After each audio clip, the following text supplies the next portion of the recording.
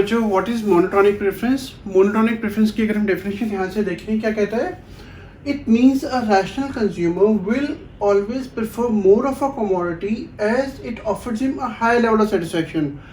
भाई कोई भी कंज्यूमर अगर उसको किसी भी कमोडिटी का ज़्यादा यूनिट्स मिलती है compare to the other bundle, तो वो हमेशा ज़्यादा को प्रेफर करता है।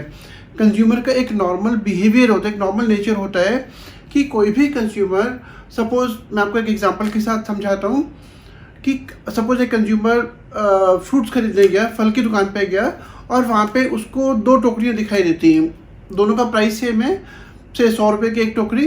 अब एक टोकरी में उसको 10 संतरे 9 सेब दिखाई दे रहे हैं और दूसरी टोकरी में उसको 9 संतरे 9 सेब दिखाई दे रहे हैं।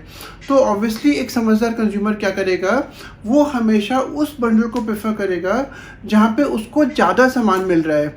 मैं क्वालिटी की बात नहीं कर रहा, क्वालिटी दोनों टोकरियों में जो फ्रूट्स की क्वालिटी वो सेम है, तो वो उस बंडल को प्रेफर करेगा जहाँ पे उसको ज़्यादा सामान मिल रहा है। ये एक कंज्यूमर की टेंडेंसी होती है, कंज्यूमर का बिहेवियर होता है।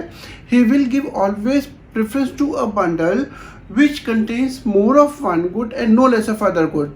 अगर किसी भी बंडल में एक कमोडिटी का ज़्यादा यूनिट्स हैं तो वो हमेशा उसको ज़्यादा प्रेफर करेगा। जैसे कि सपोज एक बंडल ए है, एक बंडल बी है, एक में 10 संतरे 9 सेब हैं, एक में 9 संतरे 9 सेब हैं, प्राइस सेम है, गुड्स की क्वालिटी सेम है। तो कंज्यूमर से अगर आप पूछोगे, किसी भी कंज्यूमर से अगर आप पूछोगे कि वो इन दोनों बंडल्स में से कौन से बंडल को प्रेफर करेगा, तो वो हमेशा इस बंडल को प्रेफर करेगा क्योंकि यहाँ पे इस कमोडिटी की एक यूनिट इसके मुकाबले में ज़्यादा है।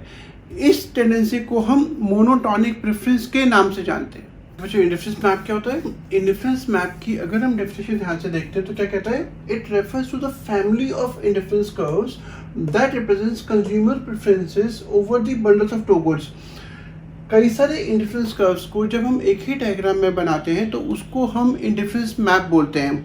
मतलब सॉर्ट ऑफ कि कई सारे इंडिफरेंस कर्व हो गए जो कि अलग अलग लेवल ऑफ सेटिस्फैक्शन को बताते हैं, अलग अलग लेवल ऑफ सेटिस्फैक्शन को, अलग अलग बंडल्स और अलग अलग लेवल ऑफ सेटिस्फैक्शन को बताते हैं। जैसे कि अगर हम ध्यान से देखेंगे, अभी हमने अगर आपको याद हो, हमने मोनोटोनिक प्रेफरेंस में जब पढ़ा था कि कोई भी कंज्यूमर हमेशा उस बंडल को प्रेफर करेगा जिसमें उसको ज़्यादा यूनिट्स मिलेंगी। इसका मतलब क्या हो गया कि अगर कंज्यूमर के पास 3 ऑप्शंस अवेलेबल है, ए, बी और सी, तो consumer will always give preference to B compare to A. वो बी को हमेशा ज़्यादा प्रेफरेंस देगा ए के मुकाबले में, और सिमिलरली वो सी को ज़्यादा प्रेफरेंस देगा बी के मुकाबले में, क्योंकि सी में उसको ज़्यादा यूनिट्स मिल रही हैं कंपेयर टू बी, या बी में उसको ज़्यादा यूनिट्स मिल रही है कंपेयर टू ए।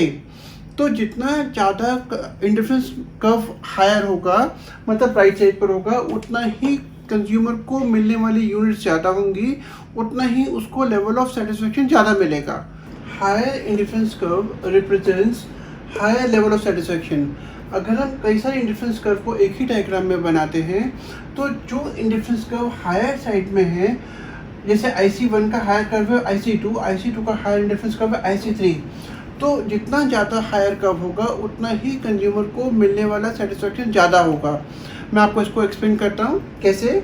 भाई सपोज IC1 है, IC1 पे पॉइंट ए का मतलब हो गया कि यहाँ पे consumer OX1 of good X, OY1 of good Y consume कर रहा है। अब सपोज अगर वो IC2 पे जाता है तो IC2 पे सपोज वो पॉइंट B पर जा रहा है, तो उसको या तो वो X की इतनी यूनिट एक्स्ट्रा कंज्यूम कर सकता है, या अगर वो C पर जाता है तो वो Y की इतनी एक्स्ट्रा यूनिट कंज्यूम कर सकता है, और X का कोई सेक्रीफाइस नहीं करना पड़ेगा। इसका मतलब क्या हो गया कि अगर वो हायर इंडिफरेंस कर्व पर है तो he can consume more of at least one of the commodity. जैसे इस केस में X की इतनी ज़्यादा यूनिट कंज्यूम कर रहा है, इस केस में वो Y की इतनी ज़्यादा यूनिट कंज्यूम कर रहा है बिना X की कोई कम करे हुए। तो higher indifference curve represents a higher amount of good, thus higher level of satisfaction।